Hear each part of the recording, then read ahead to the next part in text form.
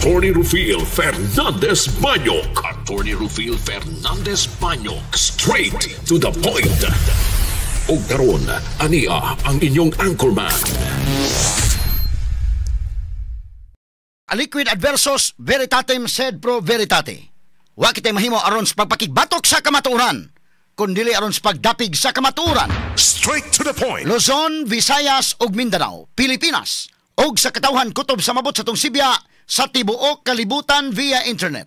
Maayong buntag o kumusta live gikan sa Queen City of the South, Cebu City, Philippines. Welcome nining atong tulumanon ug inyong tulumanon. Straight to the point. Kinigya po niyo boss kalagad sa kahanginan kasamang Rufil Fernandez Banyok. Mao'y padayong makiguban kaninyo nining laing adlaw sa atong pagpakigbisog. Adlaw karon mahigala nga Martes, pizza 16 na. Buwan mahigala sa Septembre tuig 2025. Straight to the point. Sa gihapon, ang tagantag pagtagad ang mga issues nga may labot ang lungsod. Nagbagang mga expose, nagunang mga reports. Dinhilamang gihapon mga higala sa atong pagban-uban. Yaning atong tulumanon ug inyong tulumanon. Straight to the point. Naguna sa atong mga isgutanan karong butaga mga higala. Presyo sa mga produktong petrolyo mosaka sugod karong mga orasa. Straight to the point. Sige lang yun mahigalag saka ning presyo sa mga produktong petrolyo. O nya nasayod ta nga kung kini may mosaka, sure ball na gyud ang domino effects. Ngadto sa nagkalain-lain mahigalang mga palaliton. Straight to the point. point. Lain mahigalang giantos karon ni Juan de la Cruz. Mao ni ang palasanon mahigala sa katawhang kabos, katawhang Pilipinhon. Straight to the point. Oga kini mga higala mooy ikalima na nga sunod-sunod nga semana nga nisaka ang presyo sa lana. Ang presyo sa gasolina mo taas og 10 centavos matag litro. 50 centavos sa diesel og 10 centavos ang sa kerosene. Straight to the point. At aning pagtagad dumutagas tuman-uman usab nining atong tulumanon ug inyong tulumanon. Straight to the point. Mga sumasakay nagtagaw-taw na sa social media batok sige patuman. Nga lagda nga dili makahunong ang mga provincial buses sa bisan asan dapita sa dalan Natalio Bacalso Avenue basa sulod sa Dakbayan sa Sugbo. Straight to the point. Apan Cebu City Mayor Nestor Achibal dili mo pahunong sa gipatuman nga lagda sa pagtuo nga makatabang kini pagpaminos sa problema sa trapiko diha sa kadalanan. Straight to the point. At aning pagtagad lubutaga sa mga higala sa atong paban-uban karon ning atong tulumanon ug inyong tulumanon. Straight to the point. Samtang sesyon kagahapon sa Senado o wa mahigalay nahitabo nga paglahugay apan duna mahigalay mga pagpabuhagay. Wa inday ken way lahugay apan dunay mga pagpabuhagay sa ilang mga gibati dito sa Senate.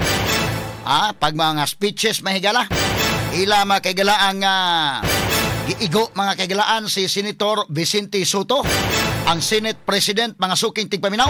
Straight to the point. Kay naunsa ba ning kalakiha mahigala no? Atong batayanan sa ni unsa ba gyud direksyon nga klaro. Kay doon na may mga punto tong ubang mga senador. Ngano nga kung ang witness, ang gisgutan sa witness inday ken mao ang mga congressmen, murag wa man matandog lang okay man lang.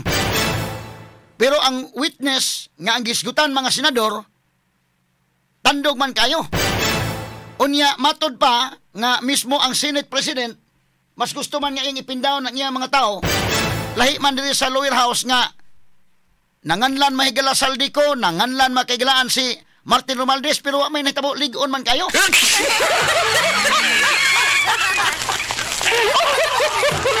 Manami ingon mahigala si Jingoy Estrada gahapon sa sesyon, o si Joel Villanueva nga mismo sa atong kaugalingong balay di ta madipinsahan medyo lain kay paminawon. Andito sa lower house pag na-mention angan mahigalas congressman okay lang. Pero kung ma-mention angan sa senador murag di man okay. Straight to the point. Mo ni mga higalay tan-awon ni ron. Pero kung doon na gyud mga higalay tulubagon bisag kinsa pa na mas senador o congressman taangay gyud ang imbestigaron. Pero mura man ang tinabunay mga higala diri sa may lower house murag nawa man lang. Ato ning pagtagad ron mga kaigsunan kay padayon mang daw gamahanan kayo si Romualdez. Og ngani, sa kinini ang custody mahigala ni Engineer Bryce Hernandez. Karon gibalik na mahigala sa Senate. Pero ang ilang gilalisan kagahapon nga kinahanglan nga dunay decision kini sa Senado, dunay decision sa plenary. Straight to the point. Dili kay dunay decision mahigala sa Blue Ribbon Committee, doon ay desisyon sa plenary, ang mga senador nagbutuhay mga sukit paminaw, unya usalang katawag ni Speaker Romualdez, okay na dayon ang Senate President. Maunsa man ang dungog sa Senado anang kalakiha. nga mawa ang iyang pagka-independent mga kahigalaan kay usa lang katawag ni Romualdez okay man di ay. Mura mag under the dictate sila mahigalang Romualdez. Unya kung tan-aon si Romualdez ra ba angay pong imbestigaron, laliman ka mahigala ang mga sad-an matod pa sa aligasyon ni ining flood control project kay sila may responsable sa pahigayon o mga insertions diha sa budget. Mao na mahinoy mo mando mga sukit ti pabinaw. Straight to the So point. tagaan tanig pagtagad lumutaga mga kaigalaan no. Sa atong pamanuban karon ning atong tulumanon ug inyong tulumanon. Straight to the Si point. Jenggoy Estrada unang mikisi-kisi matod niya willing siya magpa-lie detector test. Kauban ni Engineer Hernandez aron mahibaw-an ang tinuod. Ikaduha kagahapong adlaw ni hagit si Senator Jenggoy Estrada og willing siya ingipabutang sa record nga andam siyang mo sign og waiver sa bank secrecy law. Straight to the point. Samtang si Joel Villanueva sa iyang bahin sad ni himakak matod pa nga kadtong screenshot sa cellphone di man ito screenshot indeken. Ipicturan man na ni kuno cellphone ato.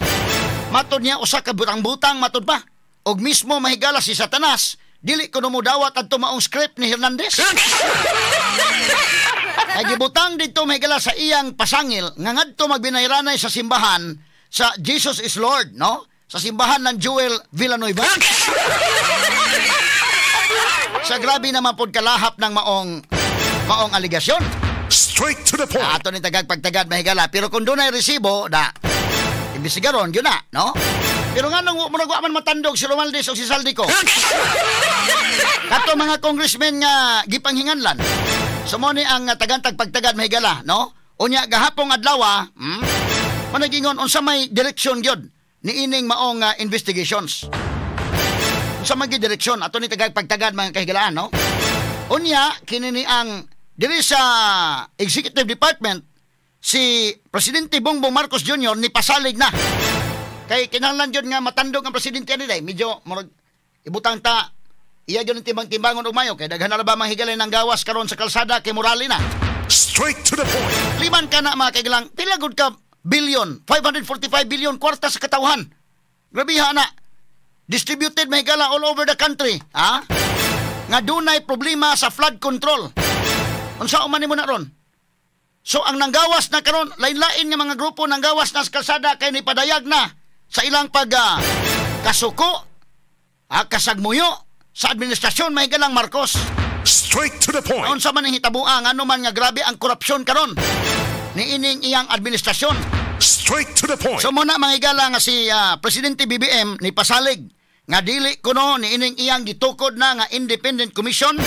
Iyan na itong gipanghinganlan mahigalang Independent Commission for Infrastructure og ni pasalig nga dili makalingkawas ang iyang paryente nga si Speaker Martin Romualdez og uban pang mga kaalyado ini subay sa nagpadayon nga investigasyon sa Anamanuso nga flood control project. Straight to the point. Kinahanglan gyud kay kung gusto ka credible ng imong investigation, ligsan ang angay ligsan. Karon may gala na naman, kompleto naman ang nag-compose ni ining Independent Commission on Independent Commission for Infrastructure Lekin, ICI, kompleto na. Duha ka mga justices sa Supreme Court, usa ka accountant gikan sa SGB, o ingon sab gihimong advisor si Baguio City Mayor Benji Magalong. Straight to the point. So karon kung aron mahimo mga higalag gusto gyud ka credible ang investigation. Kung isugod mahigala sa kang Duterte nga time, o biit. O isugod sa kang Pinoy nga time, sige. So mapatawag gid ini mahigala si Mark Villar sa panahon ni Duterte kay iya man ang DPWH. Para maklaro gyud na ka-explain sa si Mark Villar sa iyang bahin. Pero di pud mahimo nga kalimtan kining present administration kay para maklaro ba? Kay sama ni Vicente Soto, ingon ba si Vicente Soto, ngano wa man i-appeal ang 2016 to 2022? Gusto gyud ni Tito Soto kana gyud nga tuig nga Duterte gyud.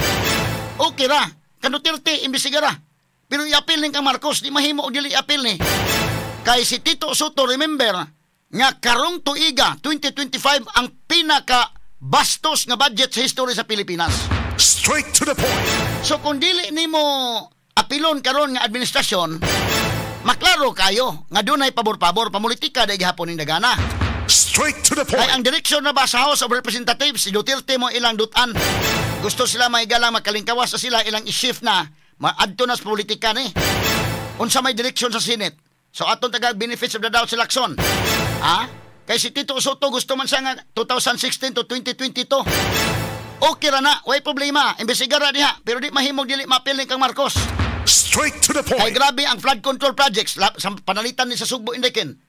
2022 to 2025 man na nga doon 26 billion. Ha? Nga gibubo sa flood control project.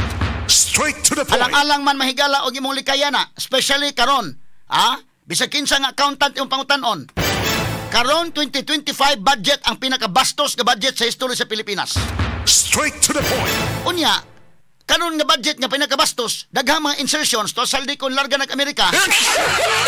Di ni mo i-appeal? Ha? Ayaw kong ina nga ngadto itipas-tipas nato ni atong investigasyon. Straight to the So point. ato ni tagag-pagtagado nga buntaga mahigala. O karon na bang September 21 daghay manggawas kay Morali na. Manawagan mahigala ining ipapreso gini mga involved ining flood control project. Straight to the point. So si Marcos, klarohon niya na nga kinahanglan credible kining iyang investigation. Straight to the point. Otherwise, makaingon ang mga tao nga mura ning investigasyon na og panggukod na sa politika. Pero ang lisod anak maklaro man gud kayo mga kaigalaan. Kung imo gukuron mahigala ipunting nimo sa mga Duterte. Okay na puntinga. Nya di mapila Marcos, maklaro kayo. Maklaro kayo kay ang grabe nga pagbubo sa flood control projects ni aman sa year 2022 to 2025 ang 545 billion na tuiga. Straight to the point. Ang Cebu landaan kanadeng Malabuyok karon man ang tuiga day Marcos administration man ang Malabuyok daghang kay project dito gitaguan sa Malabuyok.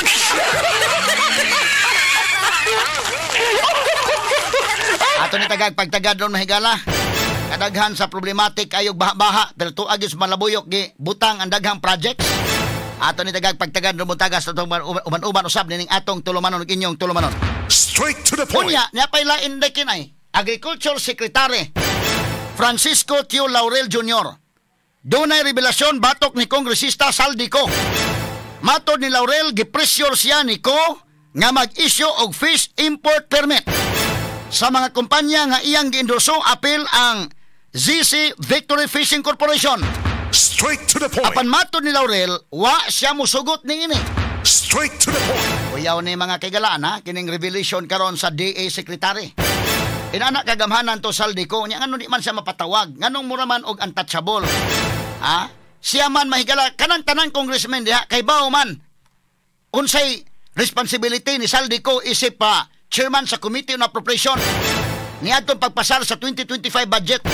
Ngano nga maglisod man sila mga higala og patawag ni Saldico. Daghan na siyak anang revelation karon ni DA Secretary Laurel. Daghan na siyak, Saldico gihapon mahigala mo gitumbok. Straight to the point. Ngano man, the names that cannot be mentioned, ang kang Saldico o kang Romualdez na mention na, apan murag magkuha lang.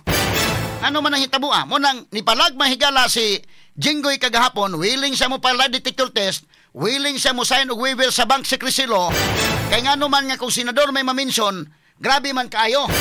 Unsa man ning klasiha. Pero og ang speaker may mamention og ang Saldico may mamention og ubang pa mga congressmen, murag wa man lay tanatandog. Straight to the point. Apan kuyaw sa tong speech may galang Alan Peter Cayetano gahapon day. Nga matod pang Alan Peter kana day ang Senate President mga kaigalaan kanang Senate Presidency gi-offer na nga tong Alan Peter Cayetano. Apan dunay mga kondisyones mga sukin tigpaminaw. Mo nang niingon sa kay bao ko nga dunay mga papel sa din taon. Dunay mga papel sad nga buot i-comply si Senator Vic Soto nini nga pagdawat karon as Senate President. Straight to the point. Posible usa ini day mo nang dali siyang tawagan lang sa speaker okay na dayon. atong analyze ang speech may galang Alan Peter Cayetano makaingon kay gyud nga do na day mga kondisyones dekin. Ikaw mo himong Senate President pero buhatan ni. Straight to the point. At pagtagad rubutaga sa atong pabanuban usab nining atong tulumanon ug inyong tulumanon. Straight to the Kini point. uban pang mga eskwelanan nga mabati exclusive over DYHP RMN Cebu 612 sa dial sa inyong mga radyo ug sa 93.9 IFM. Sa serbisyo publiko maaasahan mo mga balita'y detalyado at